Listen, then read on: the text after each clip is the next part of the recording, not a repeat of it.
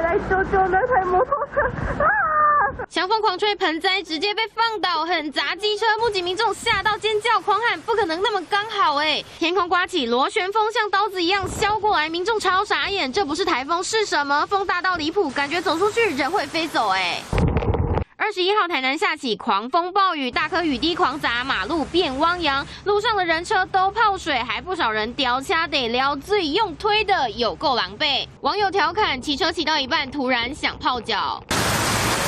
瞬间强降雨，街道变游泳池，网友苦笑门前有小河的概念，脏水淹进家门，店家也被搞得一塌糊涂。规家伙啊，大细汉拢叫来清，厕所的水道迄吼，迄水孔啊拢造出来，家己防疫也无政府会当甲咱弄，伊敢要来遮甲咱倒后水。监视器拍下，涵洞不到半小时就淹起来，里面居然还有小鱼可以抓。每次积水都会有鱼啊！雨大到人孔盖炸开变喷泉，连喜宴也遭殃。穿拖鞋撩醉吃板的。真的是架杠流水席，水淹超高，机车冲过去，瞬间变成海上摩托车。